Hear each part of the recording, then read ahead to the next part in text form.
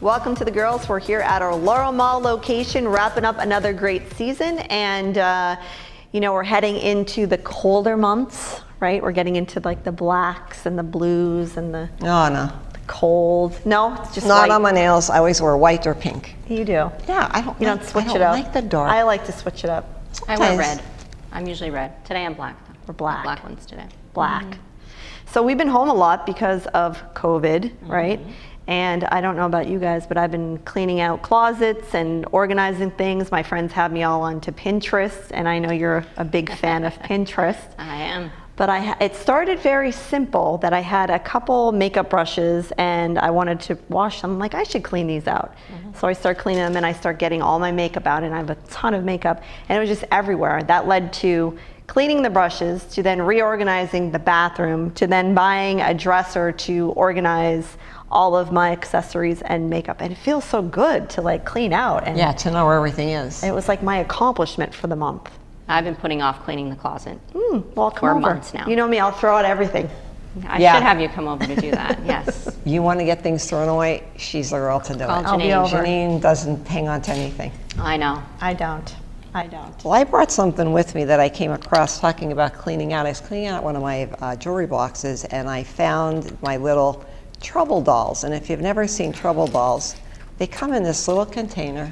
We bought these, I think we were in Jamaica on one of our vacations when your kids were little.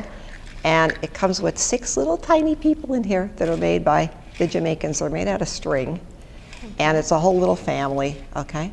So it comes with the little paper that you can read, because I can't see it. I don't know. I just told But my eye anyhow, doctor I the need thing here is glasses. that they believe that if you have troubles, don't take them to bed with you. So you have 6 problems that you could tell, and you would take each little doll That's it, and tell them 6? your problem, and then put it in the little case and put it to bed and sleep on it. And while you're sleeping, the good Lord will take care of everything. And so when Alyssa and Isabella and Mason were little, they would come to the house, whatever. I used to tell them about that. I think I got them each set like this.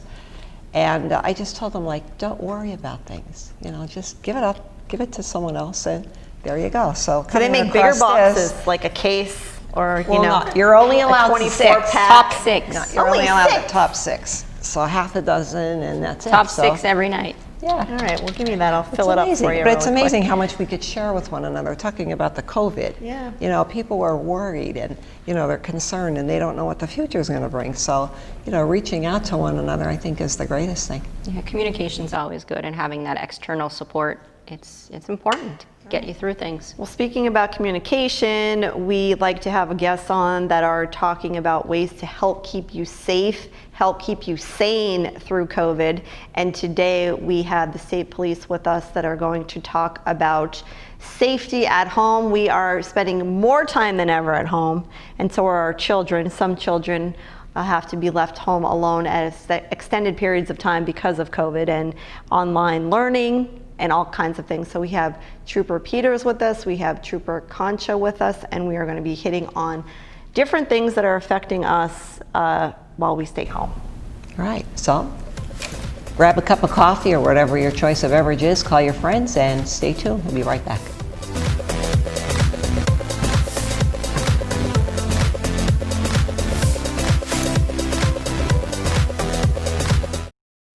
Welcome back, everyone. You're watching the girls right here on SSP TV, and today we are pleased to have the state police from Troop N with us.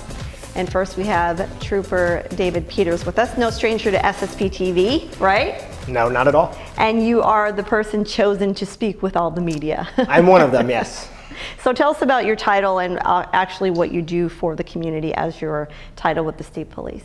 So I'm a public information officer and a community service officer for Troop N, which encompasses the 4 counties of Columbia, Carbon, Lower Luzerne, and Monroe counties.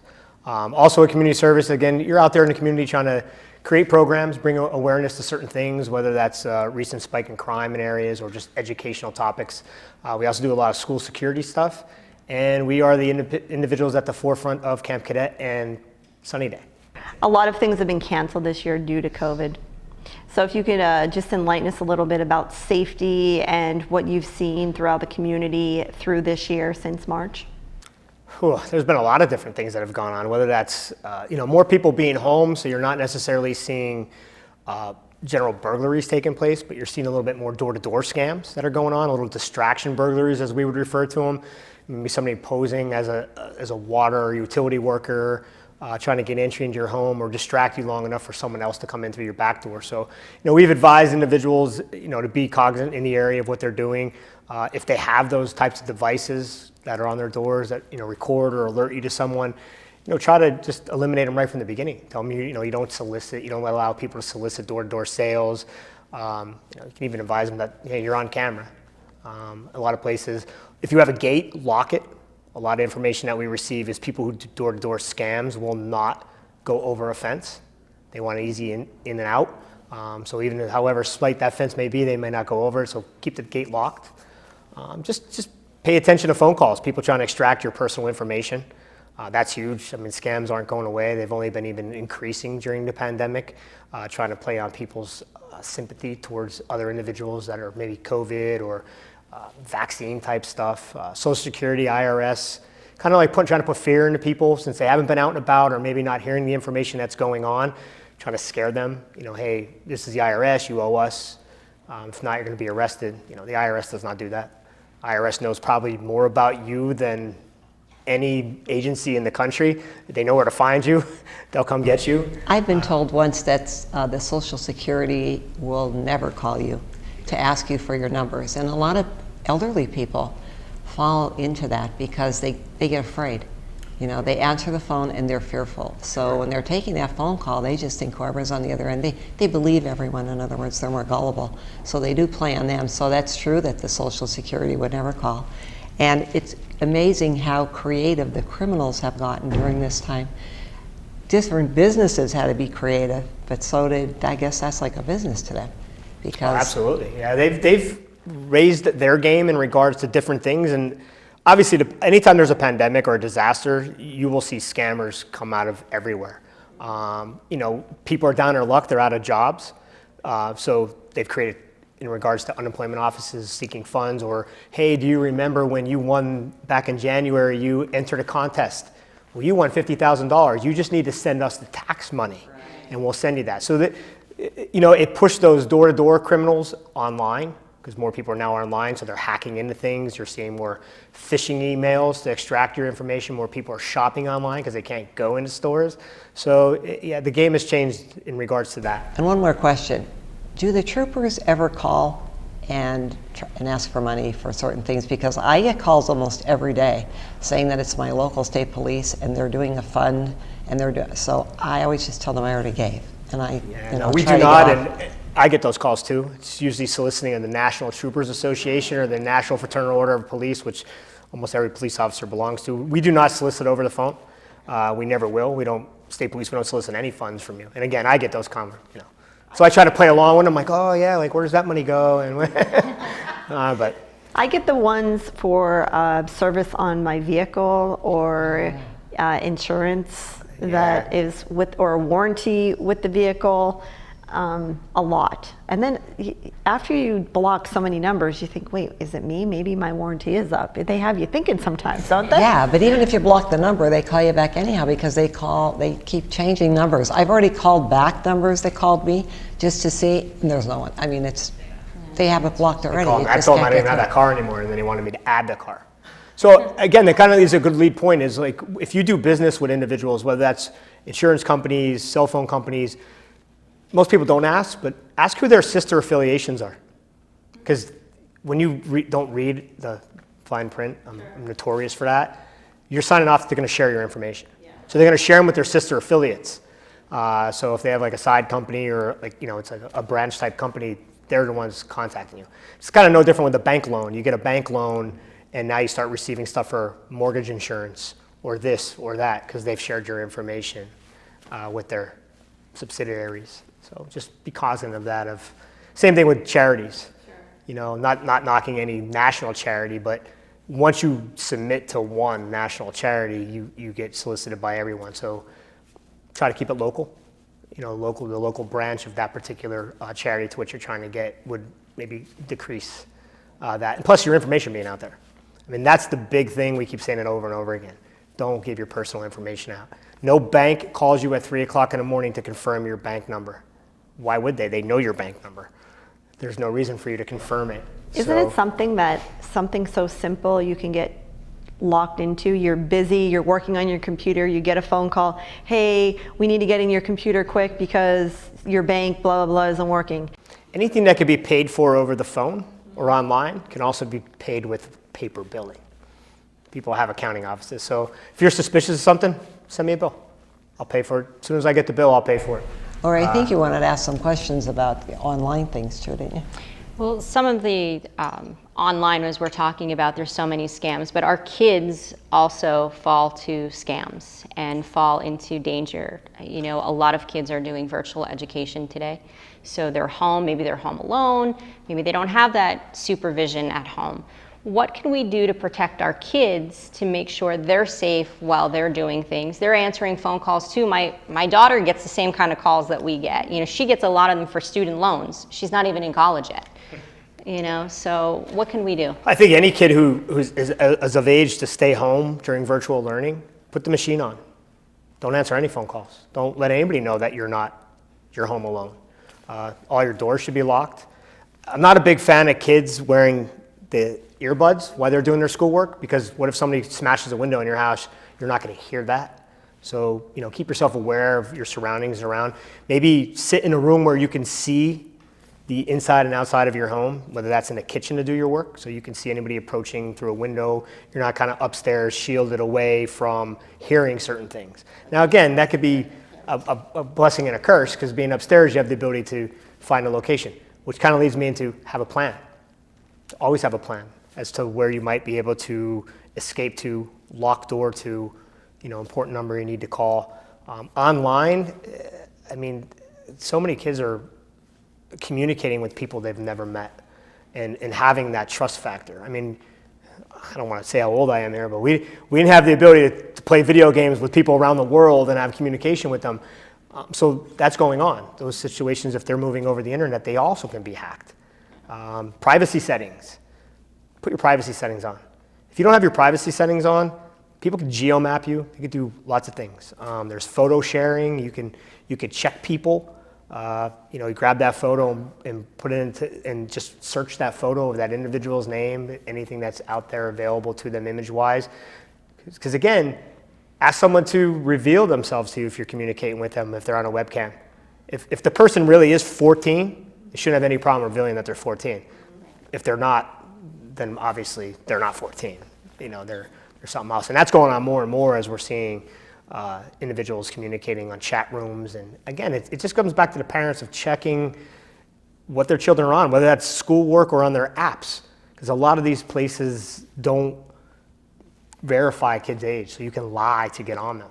And it's just, again, really spiraling out of control where kids are being put in vulnerable positions, and are individuals are out there that are going to take advantage of that. They Every exist. time I see one of those, I send it to my kids, and they're always like, okay, mom, okay. But it can happen, and it can happen to you, it can happen to me, it can happen to anybody, where sometimes I feel children may think it happened somewhere else, and it doesn't. It happens here at home too. Well, you know, that's a great point, because we talk, and I know Trooper Concha could talk in reference, we do a minority forum, and one of the things we talk about between law enforcement and youth is the development of the brain, and how kids, teenagers and young people, it's instant gratification.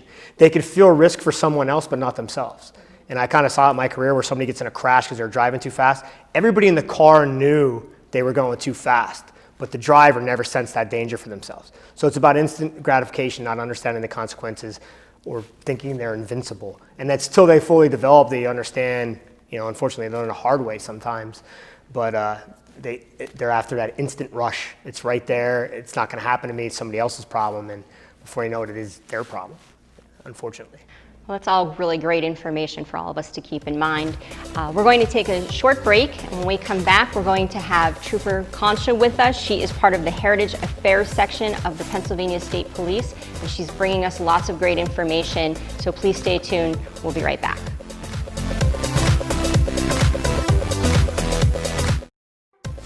Welcome back to The Girls. We're here with Trooper Amanda Concha. She is the Northeast Heritage Affairs Liaison Officer for the Pennsylvania State Police here in the Hazleton area, and then you serve some other areas as well, right, which we could talk about.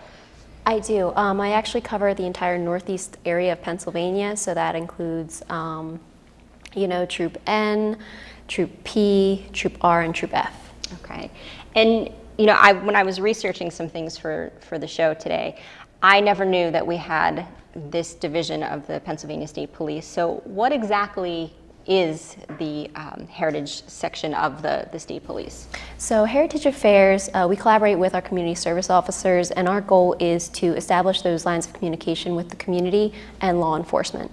We participate in community forums, in community events. We want to, again, emphasize that that level of communication that people should feel freely to reach out to law enforcement and just, start that conversation and build that relationship. So we often hear so much about hate crimes.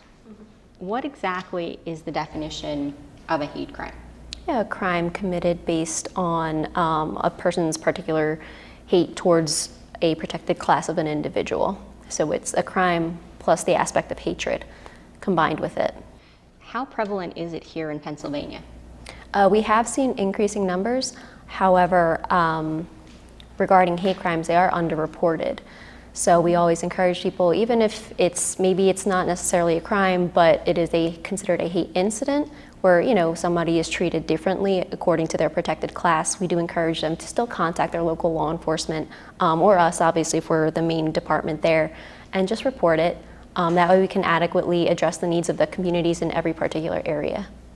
So what are some of the classifications that you consider hate crimes? Is it based on race? Is it based on if they're in a gang or a group, or just a particular age group, or maybe even their sexual orientation?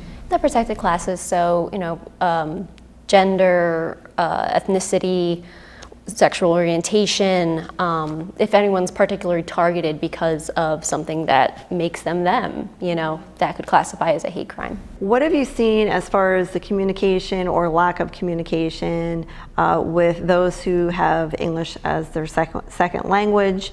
What can you provide to bridge that gap to this community? I know, coming from personal experience, my family came over from South America. So just some general things you don't think of. Sometimes not a lot of people do know Spanish, and that's not being able to communicate or express yourself or even get the help that you need is a big hurdle for a lot of people.